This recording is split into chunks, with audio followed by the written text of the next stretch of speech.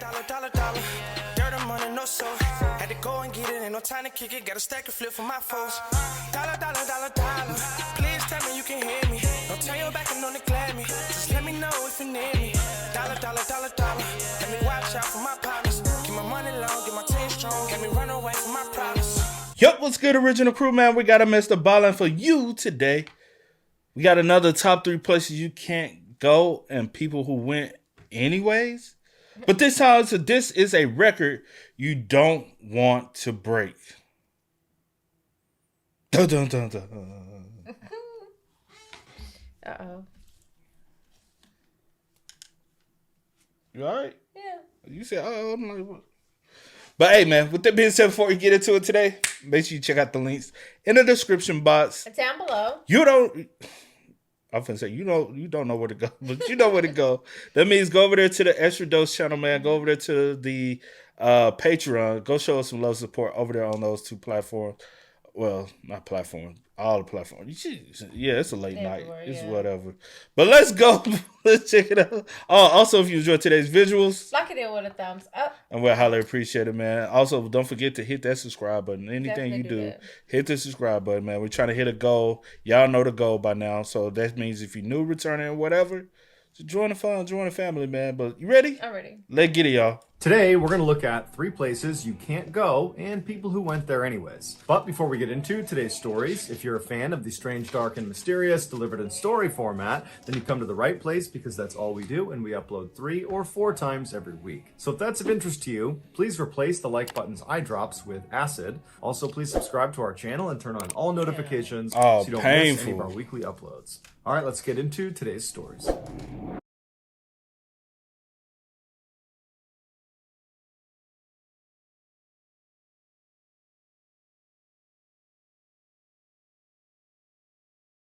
In the 1960s, Alan Burkhart opened a riverfront restaurant in Beaumont, Texas. And for the next 50 plus years, his customers would eat burgers, drink beers, and on super hot days, they would jump off the pier into the river to cool down. But one day in June of 2015, while Alan was in his restaurant looking out the back window, he saw something strange in the river. When he went outside to get a better look, he noticed his customers who were eating outside had also noticed this strange thing, and now they were standing up and nervously watching it as it floated by.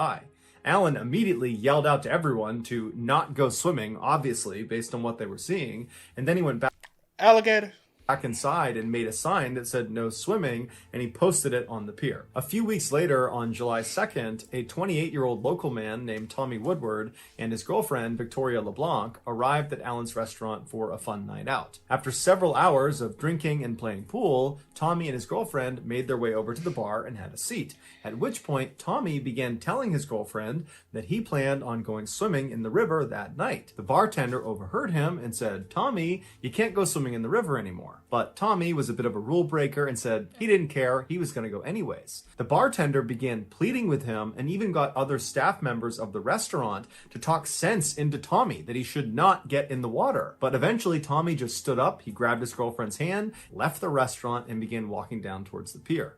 The bartender at this point just kind of rolled her eyes and thought, I can't do anything to stop him, and so she went back to her bartending duties. When Tommy and Victoria got down to the pier, the black water was quiet and calm as Tommy took off his shirt and removed his valuables from his pockets. Right before Tommy was about to jump into the water, Victoria stopped him and said she thought she saw something moving underneath the pier.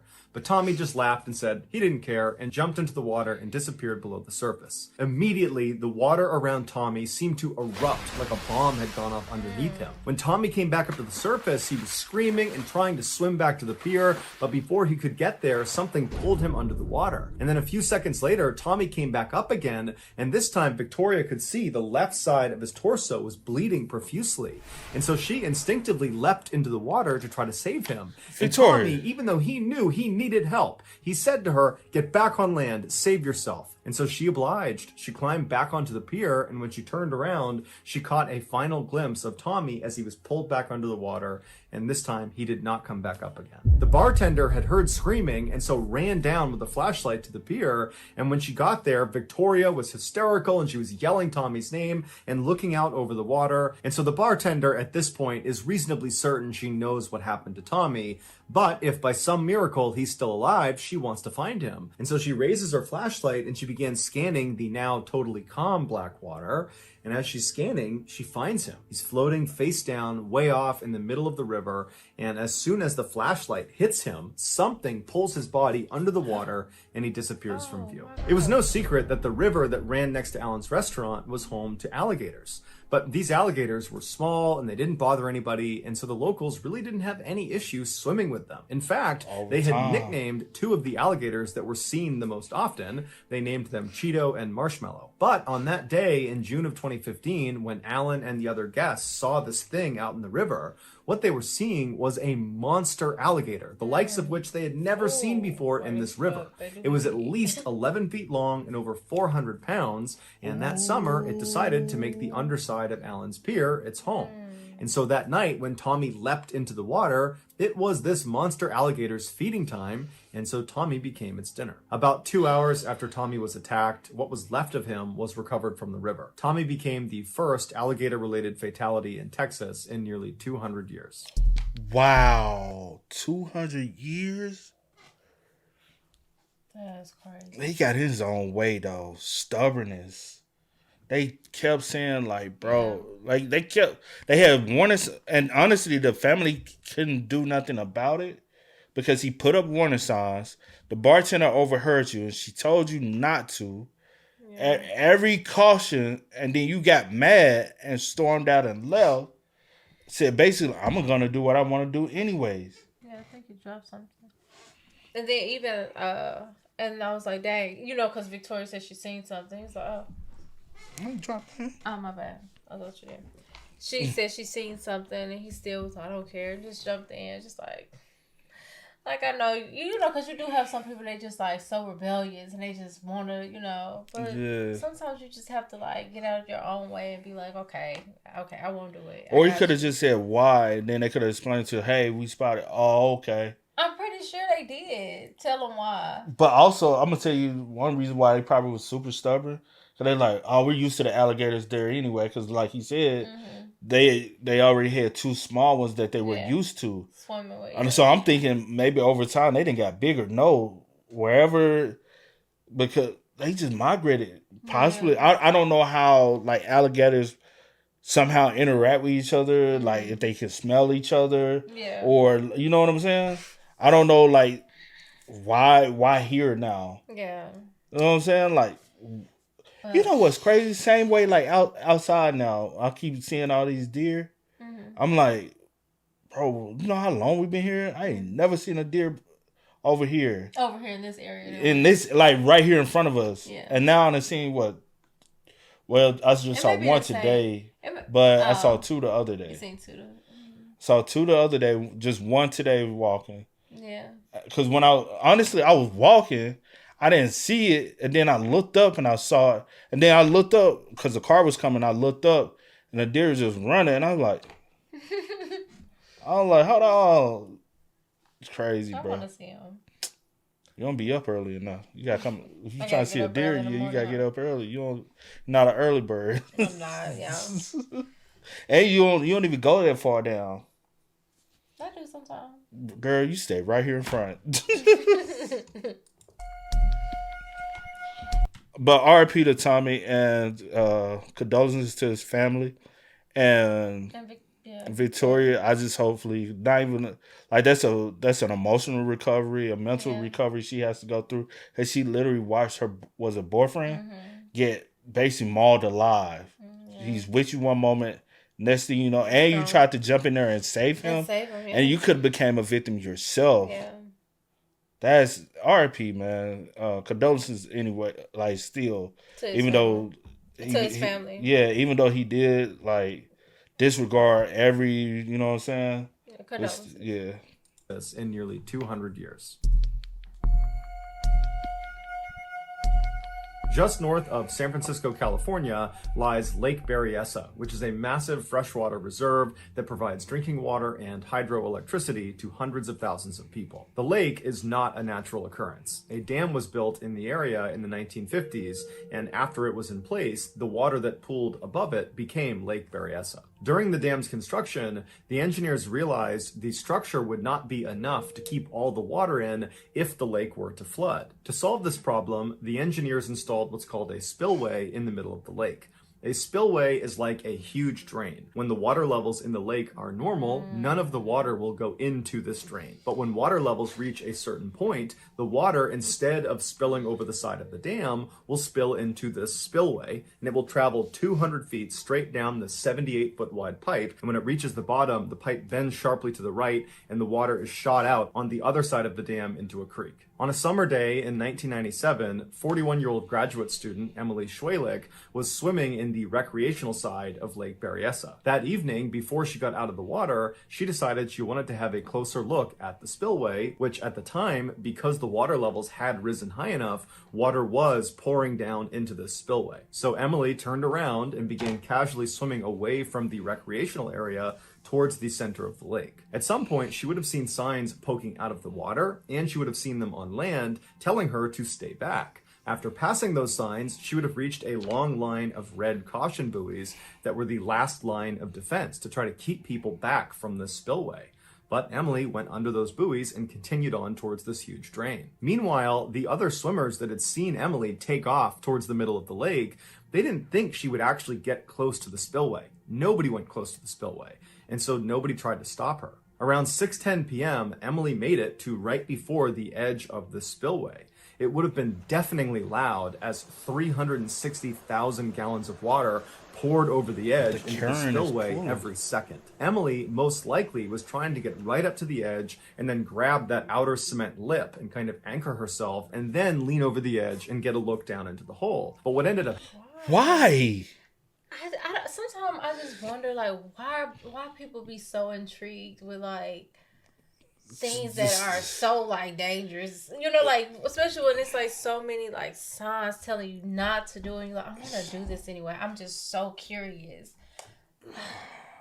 I hate that. I really do. Curiosity kills the cat, right? I right? hate that for her, yeah. Damn. It's tragic, bro. You can like, as soon as he mentioned it, I said, man. Yeah, I was like, oh, this don't sound That's a good. possibility to survive. Yeah, we'll see. But the chance is very low. Yeah, we'll see. What's happening is, as she got closer and closer to the edge, the current picked up so dramatically that it began pulling her down into the hole. And so by the time she's over this cement lip, she had already turned around, realizing her mistake, and was trying desperately to swim away from the spillway. But it was too late. Her legs got whipped around and sucked down into the spillway, and she managed to grab onto the lip, the outer lip of the spillway, with her legs now in the spillway. Thousands and thousands of gallons of water are pouring down on her face, and so she can't pull herself back up. So she's pinned inside the spillway. People on land noticed this happening to her, but they realized there was nothing they could do to help her. If they tried to go down there and pull her out, they would get sucked in too. And so they called the authorities, who have the right equipment, to pull her out. Okay. But by the time they got out there, it was too late. Emily had managed to hang on to that edge for 20 minutes. But finally, the water overpowered her, she lost her grip, and she fell backwards down the 200-foot chute to her death. 20 minutes is a long time. 20 minutes is a long time. But also, you got to think about it. 20 minutes is not enough time for them to properly do a rescue. So first off, we got to go out here and be able to reach somebody to even understand what's going on. Then we got to go ahead and reach out to and try to get in touch with the appropriate people. That takes time. Yeah. Then they have to go out here and get the equipment to come save you. Then we got to make sure we go through things, the right protocol, to make sure we're able to get to you, but also protect ourselves as well. Right. That could have been an hour. Yeah. 30 minutes to an hour could have been. Damn, bro. To go out like that. Oh, it was this. To go out like that, that's crazy, bro. And that's. Why?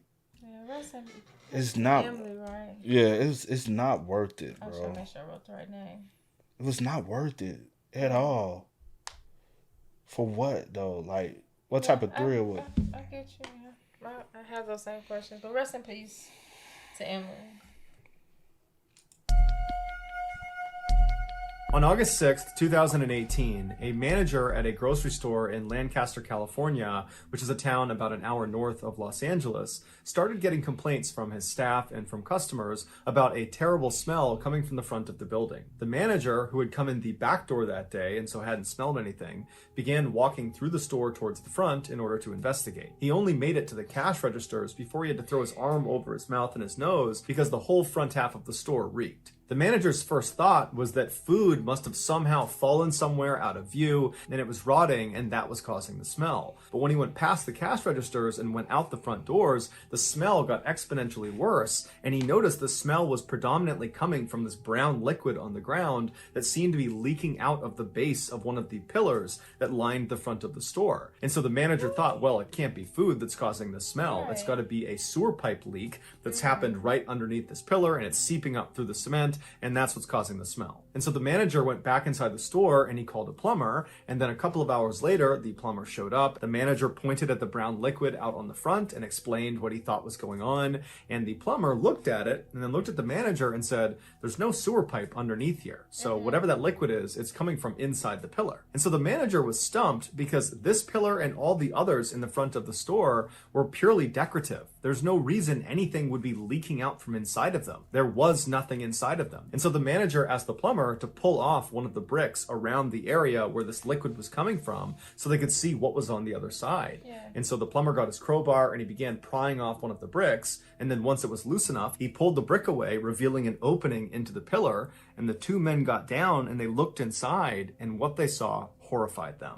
And they immediately backed up and they called the police. 5 days earlier, a 35-year-old man named Ray Rivera was pulled over by Lancaster, California police on suspicion of driving a stolen vehicle. As soon as the officer got out of their cruiser and began approaching Ray's vehicle, Ray peeled off down the road, turned the corner, and was gone. The officer immediately got back in their cruiser and took off after Ray, but he had gotten a huge jump start and he had fled into a highly populated and busy area where it would be relatively easy to blend in and disappear. The officer called for backup, and before long, there were dozens of other cop cars in the area looking for Ray, but no one could find him. A little while later, the police heard over the radio that a car matching the description of the one Ray had been driving had just crashed into a local grocery store. And so the police head over to the grocery store, and sure enough, there's Ray's white pickup truck crashed into the side of the building, but Ray is nowhere to be found. The police began asking witnesses at the store if they had seen the man driving the white pickup truck,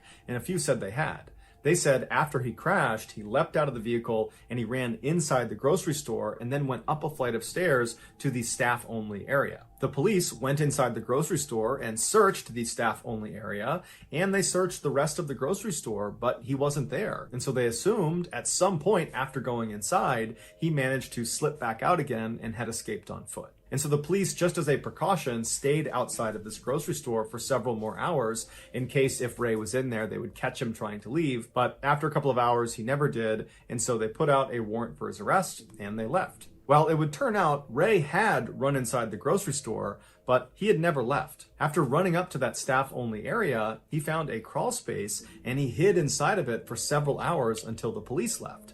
And then at some point that evening, he decided he wanted to find a better hiding spot, and so he made his way onto the roof. Now, it's not entirely clear how he did that. Either the crawl space he was in directly connected to the roof, or he got out of the crawl space and then found his way onto the roof another way. But regardless, he found his way onto the roof, and when he got up there, he realized the roof was totally flat until you got to the very front edge of the building, the part that looked down into the parking lot. There, on the roof, was this small structure that was built up just on the front end of the roof that gave the impression from the parking lot looking up that this building was a lot bigger than it really was. On the backside of this phony structure was a door that was accessible from the roof. Ray saw this access door and ran over to it. He tried the handle and it was unlocked. And so he opened it up and he went inside. Now, this attic-like space that sat on the front of the building really didn't have that much of a purpose to it. However, it did provide access to the insides of all of the pillars that lined the front of of the store. And so it's believed that Ray, as soon as he walked inside, saw these openings and believed one of them would be the perfect hiding place. And so he lowered himself feet first into one of these hollow chutes. He got his feet and his legs, his hips, and most of his torso into this tight 9-inch by 17-inch space, but his shoulders were too broad. They would not fit into the pillar. And so he raised one arm over his head and he kept his other arm pinned by his side in order to make himself as narrow as possible. And this worked. Inch by inch, he began sliding deeper and deeper into this 2-story tall pillar until he was completely out of sight. But as soon as his shoulders had gone down into that pillar, he would have realized he had made a grave mistake. With one arm pinned above his head and the other pinned by his side, he would not have been able to pull himself back up out of this narrow space. He was stuck. And so he probably began squirming and trying to use his feet to try to get back up into the attic space, but all of that movement only made him slip farther and farther down into this pillar until his feet touched the ground at the absolute bottom. And so not only is he already in this totally compromised position that would have made it hard to breathe, he was also in such a narrow space that the walls of this pillar literally were crushing his chest, making it nearly impossible to get a full breath of air. And when he screamed out for help, nobody would have heard him because he was entombed inside of multiple layers of cement and brick. Also, making an already horrible situation that much worse, Lancaster, California was experiencing a very significant heat wave that month. And so all day long, the sun would have been blazing down on the outside of that pillar, heating up the inside like an oven. 5 days after Ray got trapped, the plumber removed that brick on the pillar, and he and the store manager bent down and looked, and they saw Ray's leg. The smelly brown liquid that had been coming out of the pillar that had alerted everyone to this in the first place was purge fluid, which is something that comes out of a decomposing body. So that's going to do it, guys. If you found the secret in today's episode, let us know in the comments section what it is and where you found it, so give us the timestamp. Oh, Lord, man. Rest in peace to Ray. Now. Why he just didn't? Why didn't he just hide in the little attic space? That's where I just would have stayed in the attic space. I wouldn't try to go into the pillars and all that. Yeah, like if you're going to hide somewhere, since he was running from the Honestly, coast was clear. But I mean. It really yeah, but I mean, he didn't know that. He probably. No, I'm saying the coast probably wasn't clear. He probably did still see them, or somebody on the scene. Maybe so, but that's a horrible way to go out. Horrible way, man. Nobody should go out like that, man. That's I couldn't fathom, bro. That's suffering for real. Beyond, bro, like tight.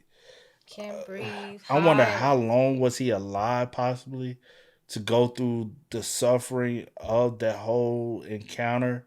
Because for one, I can't breathe. I'm stuck. I can't move. I'm losing the capability to breathe. But as it gets hot, I'm literally cooking. Yeah. For 5 days. For 5 days. Honestly. Like no, I would want to go out fast. I would like want to die immediately. Like, can I please just die? I feel you. Because if just imagine you staying there, stay alive for 24 hours. That's pain, bro. You know. Yeah, I'm really just thinking about it. Yeah. Like, if you was alive for more than 20, like for at least 12 hours is too long. Bro, an hour is too long. Especially it's in August at that, and then it was experiencing it. It's hot. Yeah. It's hot. Yeah. It's the hottest time of the year. Damn, man. RIP to everyone involved. Yeah. That in these stories that passed, man. Like, some of the worst ways if you to go out is this way. Alligator attack, literally being eaten alive. Fact. The pain, the agony you suffer from getting pulled, and then you said, you know, and then Emily, you holding, because you know The minute I 20 let go, pennies just to be swallowed by nothing. big, Like nothing, literally, and just submerged in water to. Because I wondered, did the impact of the fall kill her? Because just Good 200. question. Wow, bro. And because, like I said, it's probably like a 2% chance that you survive that drop. Probably not even that much. You know? Yeah. And then to go out like that. Yeah. Fuck, man. I just keep thinking about each one of them. I'm just like, yeah, Yeah. but yeah. Rest in peace to Tommy, Emily, and Ray. Yeah. Y'all spam us up, man. Let us know y'all thoughts and opinions about it for us in the comment Please section do. down below. But until next time, y'all know how it go, man. I do go by the name DJ. Ooh. Sorry. I do go by the name DJ New Kid. This is. Here, Nicole. We are. Kid and Cee. We out. Go and get it, ain't no time to kick it. Got a stack and flip for my folks. Dollar, dollar, dollar, dollar. Please